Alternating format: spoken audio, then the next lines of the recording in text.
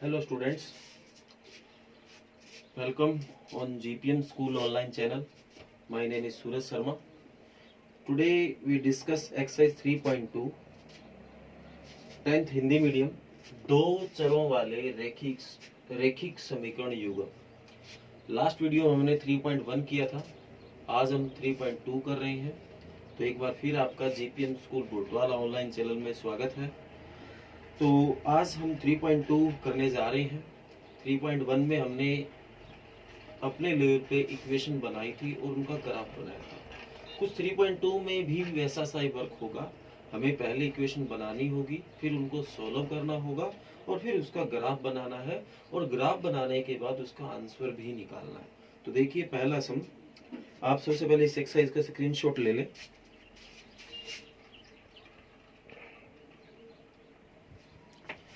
तो class 10th के 10 विद्यार्थियों ने गणित की एक पहली प्रतियोगिता में भाग लिया। यदि लड़कियों की संख्या लड़कों की संख्या से 4 अधिक हो तो प्रतियोगिता में भाग लिए गए लड़कों और लड़कियों की संख्या ज्ञात करो। तो इसने ये कहा कि 10वीं क्लास के 10 बच्चों ने कोई कंपटीशन में भाग लिया, तो टोटल उनकी संख्या 10 थी। लड़के और लड़कियां दोनों मिले थे इसमें, और अगर लड़कियों की संख्या लड़कों से 4 ज्यादा हो तो हमें उनकी संख्या ज्ञात करनी है। तो हम मान लेते हैं, माना कक्षा 10 में लड़कों की संख्या बराबर x। इसी तरह माना कक्षा 10 में लड़कियों की संख्या y मान लेते हैं। अब कुल जो बच्चे हैं वो 10 है, कुल बच्चे जो है वो 10 है। तो लड़के और लड़कियां जो है कुल 10 है। तो एक हमारी समीकरण बन गई x प्लस वाई बराबर 10, समीकरण नंबर 1। ये हमारी पहली समीकरण। इसी तरह आगे बोला कि यदि लड़कियों की संख्या लड़कों से 4 ज्यादा हो, यदि लड़कियों की संख्या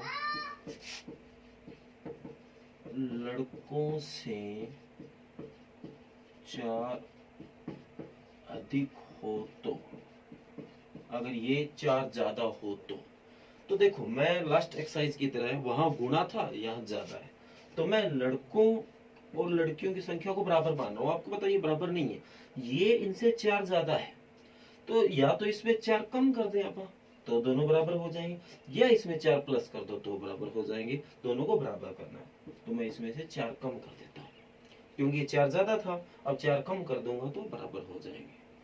तो अब हमें समीकरण बनानी है, तो प्लस का y इधर आके माइनस का और -4 पड़ा है समीकरण नंबर। अब इन्हीं समीकरणों से हमें ग्राफ बनाना है। तो पहले समीकरण 1 को सोल्व करो।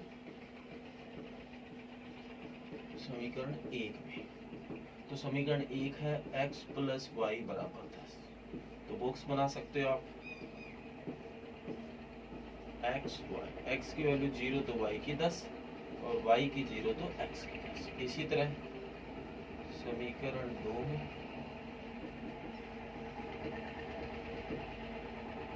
x माइनस वाई बराबर -4।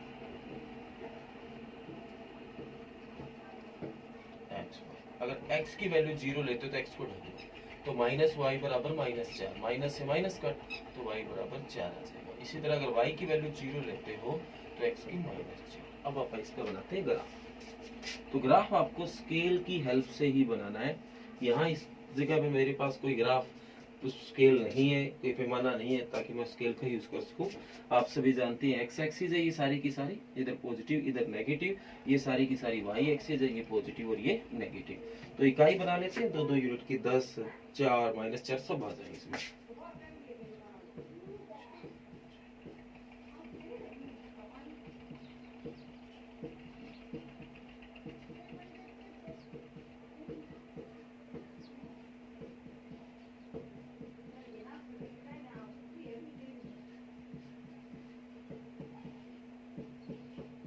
हमने इकाई बना ली। अब पहला है x की वैल्यू 0 तो y की 10, तो y की 10 यहाँ आ जाएगी। जब भी x 0 हो आपको इस लाइन में ही आना है।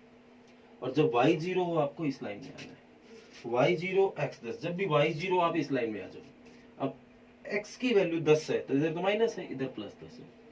अब स्केल की हेल्प से बिल्कुल सीधी एक लाइन आप खींच सकते हो, बिल्कुल सीधी खींचना है, स्केल होगा बड़ा सीधा जाएगा। इसके बाद x की वैल्यू 0 तो y की 4, और y की 0 तो x की -4। वही तरीका जो मैंने पहले बताया था। अब इसको यूज करते हुए बिल्कुल सीधी लाइन आपको खींचनी है। ये आपने लाइन खींच ली, ये आपका ग्राफ बन गया। अब आप क्या करोगे, यहाँ तक वर्क हमने पिछली एक्सरसाइज में किया था। अब इससे आगे कहता है लड़कों और लड़कियों की संख्या भी ज्ञात करनी।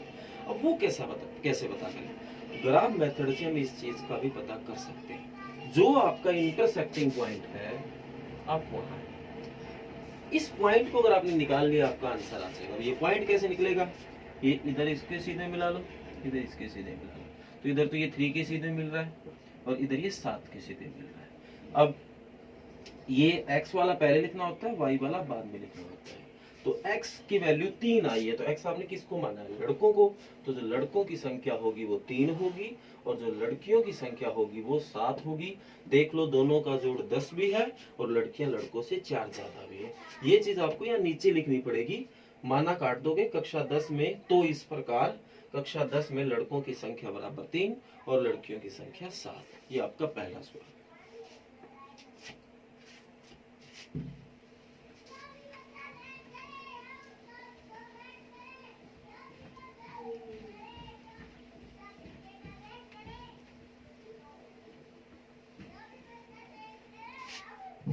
हाँ जी, इसके बाद सेकंड पार्ट है, वो बिल्कुल इसी तरह है, आपको अपने आप करना है। पिछली एक्सरसाइज में भी इस तरह का सवाल आया था, तो आप अपने आप कर सकते हो। आगे सवाल नंबर 2 में कहता है कि a1/a2, b1/b2 और c1/c2 की तुलना कर ज्ञात कीजिए कि निम्न रैखिक समीकरण युग्म द्वारा निरूपित रेखाएं एक बिंदु पर प्रतिच्छेद करती है, समांतर तथा संपाती है।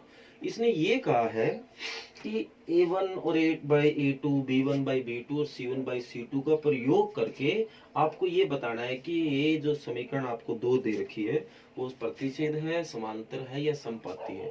अब आप करोगे सर इतना लंबा प्रोसेस दोबारा करें, क्योंकि पिछले एक्सरसाइज में मैंने आपको बताया था कि अगर आप जब ग्राफ बनाते हो, अगर आपकी दोनों समीकरण एक दूसरे को टकरा जाए तो वो प्रतिच्छेद कर रही है। अगर दोनों समीकरण एक दूसरे की इस तरह चली जाए तो समांतर होती है, और एक के ऊपर दूसरी चली जाए बिल्कुल इसके ऊपर तो ये संपाती है। तो सर इसके लिए क्या हमें पूरा दोबारा वही वर्क करना पड़ेगा? इसकी कोई जरूरत नहीं है, क्योंकि बहुत बार ये क्वेश्चन 1 नंबर में आया। आप सीधा ही ज्ञात कर सकते हो a1 और a2 का प्रयोग करके ये इनमें से क्या है। तो इसके लिए ध्यान से देखना, और पेपर में हर बार इसका 1 नंबर का क्वेश्चन बनता ही बनता है।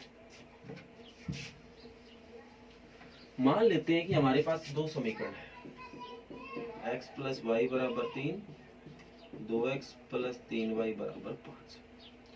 तो नॉर्मल जो समीकरण होती है वो ax plus by plus c की फॉर्म में होती है। इसी को इधर या इधर, इसमें कोई ज्यादा दिक्कत नहीं होती। बस ध्यान ये रहे, या तो दोनों बराबर से इधर हो या दोनों बराबर से इधर हो। ये ना हो कि एक तो बराबर से इधर और एक इधर हो, उसमें गड़बड़ हो जाती है। तो ये मोस्टली आप ऐसे रखोगे तो चल जाएगा। तो अब देख लो, x के आगे वाला a होता है, y के आगे वाला b होता है और पीछे वाला c होता है। तो यहाँ 2 समीकरण है, तो ये a और ये a कंफ्यूज हो जाएंगे, तो इसका नाम a1 हो गया, इसका a2 हो गया। तो a1/a2 आपका, अब इसके आगे कुछ नहीं है तो 1 है, 1/2 आ गया। इसी तरह जो b1/b2 है वो 1/3 है, और जो c1/c2 है वो 3/5 है। ये हमारे 3 इक्वेशंस हैं। अब आप बताओ, क्या ये तीनों आपस में कोई बराबर है? बिल्कुल नहीं है। तो आपका a1/a2 बराबर नहीं है b1/b2 बराबर नहीं है c1/c2। अगर इस तरह की स्थिति आपके सामने हो तो वो दोनों की दोनों समीकरण आपस में प्रतिच्छेद कर रही होती है, एक दूसरे को टकरा रही होती है। एक तो ये ध्यान रखना है, एक a1/a2 बराबर है b1/b2 बराबर नहीं है c1/c2। इस तरह की अगर फॉर्म आ जाए तो समांतर ये दोनों समीकरण एक दूसरे के समांतर जा रही है। इस तरह केस में तो ऐसे दोनों टकरा रही है, इस तरह के केस में दोनों एक दूसरे के समांतर जा रही है। और अगर तीसरा केस भी होता है जहाँ a1/a2 बराबर है b1/b2 बराबर है c1/c2, समपाती, मतलब एक के ऊपर ही दूसरी जा रही है, बिल्कुल जैसे एक गई इसके ऊपर दूसरी चली जाएगी, ये दोनों इक्वेशन एक दूसरे के ऊपर से। तो ये आप आंसर दे सकते हो। इन चीजों को निकालो, देखो तीनों बराबर आ रहे हैं तो संपाती, तीनों बराबर नहीं आ रही तो प्रतिच्छेद कर रही है, और इस तरह का हो रहा है तो समांतर होगा। इसके साथ एक संगत और असंगत भी होता है, तो वो भी आप ध्यान से देख लेना। तो इस केस में संगत होगा, तीनों बराबर ना हो तो भी संगत, तीनों बराबर हो तो भी संगत, और अगर ये हो तो असंगत। इस चीज का ध्यान रखना, ये दोनों एक साथ हमारे क्लियर हो जाए। और एक सवाल देखता हूं, वैसे तो एक सवाल हमने पहले ही ले लिया है, एक कोई पार्ट उठा लेते हैं अपन।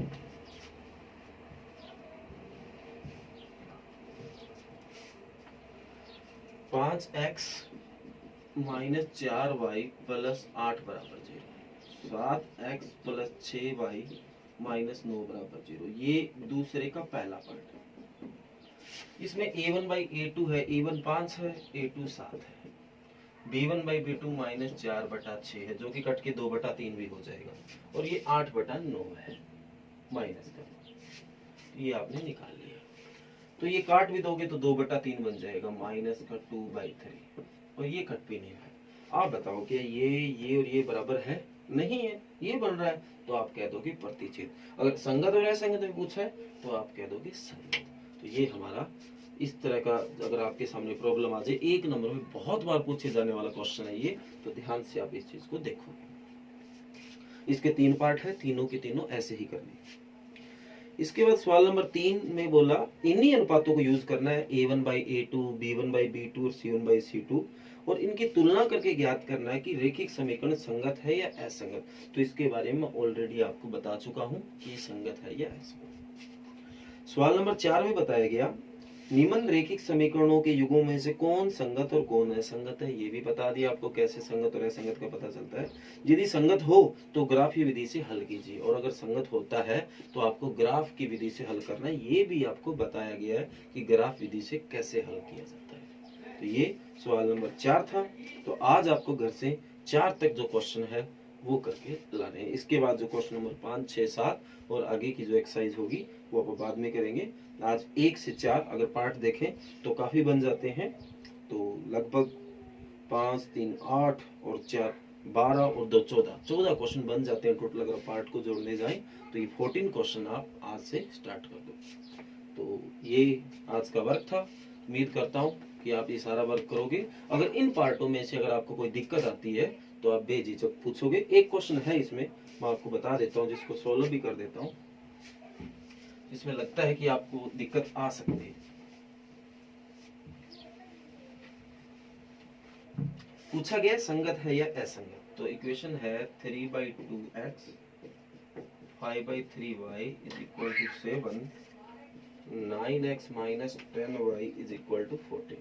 तो वही a1/a2, तो a1 ये x के आगे वाला है, आप एलसीएम भी ले सकते हो, जरूरी नहीं है कि आप सीधा इसको सोल्व करना। आप इधर पहले इसका एलसीएम ले लो, 2 और 3 में 6 आ गया, इसको इसे भाग किया 3, 3 3 9x, इसको इसे भाग किया 2, 2 5 10y बराबर 7, ये इसके गुणा में जाएगा, तो 9x प्लस 10y बराबर 6 7 42। लो बड़ा आसान हो गया। तो अब आपका a1 बाई जो a2 है, a1 आपका 9 हो गया और a2 भी 9 हो गया, जो कि कट के 1/1 आ गया। इसी तरह जो b1 बाई b2 है वो 10 बटा माइनस 10, जो कि कट के -1 आ गया, ये +1 आया था। इसी तरह c1 बाई c2, ये 7 है, ये 14 है। ध्यान रहे ये भी बराबर से, सॉरी 7 नहीं है 42 है, यहाँ देखिए, यहाँ देखिए, गलत देखिए, यहाँ तो 42 बराबर से इधर वाला, तो इधर भी बराबर से इधर वाला, ये ना हो कि एक तो बराबर से इधर और एक इधर, दोनों एक साइड वाला, ये कट के 3 आ गया। तो किसी भी केस में मेरे को ये और ये बराबर नहीं है, और जब तीनों बराबर ना हो या तीनों बराबर हो उसको हम संगत कहते हैं। और उसका ग्राफ कैसे बनता है ये हमने पिछली एक्सरसाइज में भी सीखा है, आज भी पहला जो क्वेश्चन करवाया था उसमें ग्राफ ही बनाया था। तो आज आपको सवाल नंबर 1 से 4 घर से करके लाने। Thank you.